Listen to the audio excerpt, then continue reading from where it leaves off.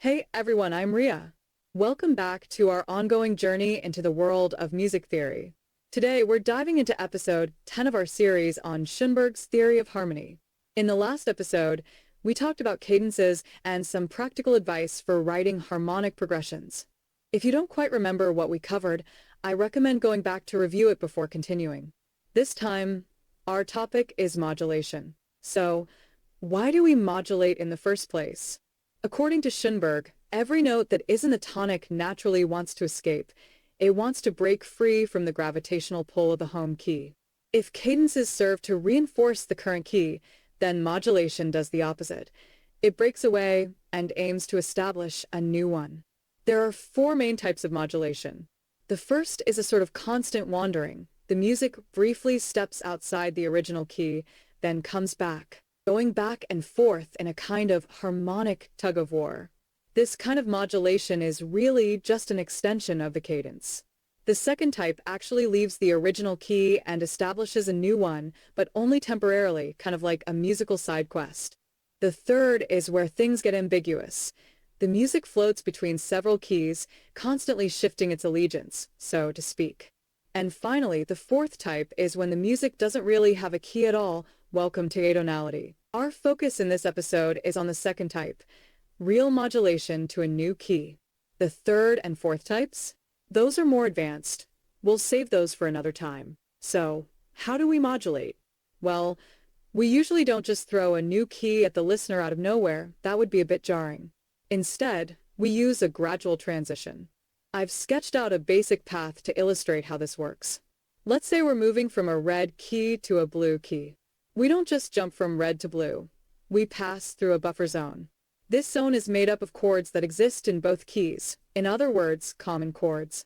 These shared chords help smooth the transition. Once we've passed through this neutral territory, we typically use a deceptive cadence to momentarily disguise our intentions before finally arriving in the new key. For example, suppose we're going from C major to G major. The common chords between them are C major, E minor, G major, and A minor.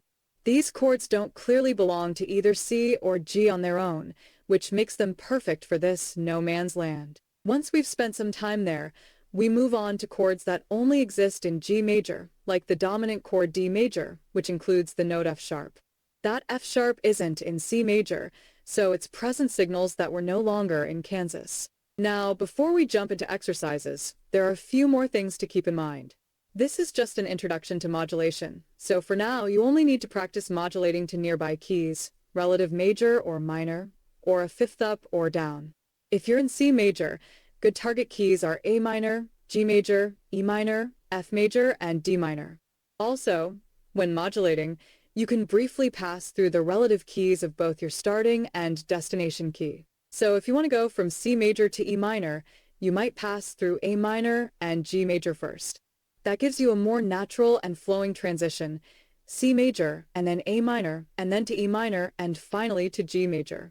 If you're modulating to a minor key, remember to use chords that include the raised 6th and 7th degrees.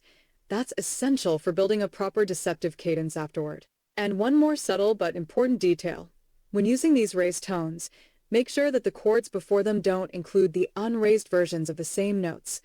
Otherwise, you risk a clash. For instance, if you're going from C major to D minor and you want to use a chord with C sharp, avoid using a clear C natural in the preceding harmony, especially in the bass.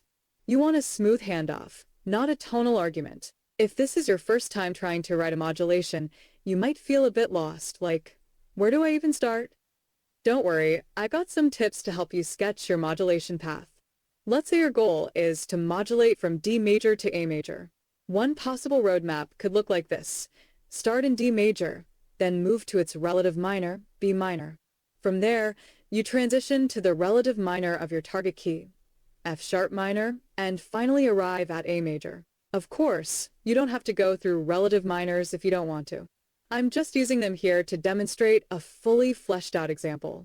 Once you've planned your modulation path, you can make a table that lists the differences in pitch between the original key and the target key, as well as the raised pivot tones for each minor key along the way. This helps you quickly identify common chords and potential modulatory chords. With that info in hand, you can sketch out a chord progression. Just using Arabic numerals is totally fine for now. When it comes time to actually write out the four-part harmony, you're free to choose whether to use triads, seventh chords, or their inversions, whatever fits the moment. Now, let's listen to how this example sounds in action.